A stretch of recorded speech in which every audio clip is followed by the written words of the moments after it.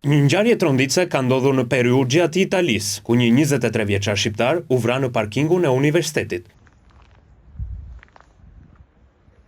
Hekuran Cumani u qellua për vdekje me thik rreth orës 4 të mëngjesit të kësaj të shtune. Mediat italiane raportojnë se prokuroria po heton vrasjen, teksa dyshimet e para janë se krimi ishte rezultat i një grindjeje. I riu u qellua me thik në gjoks, ndërsa autori është ende në arati dhe po vijojnë kërkimet për arrestimin e tij. Nga hetimet fillestare është zbuluar se Cumani ishte përleshur me disa persona gjatë orëve të para të së shtunës në një klub pranë universitetit.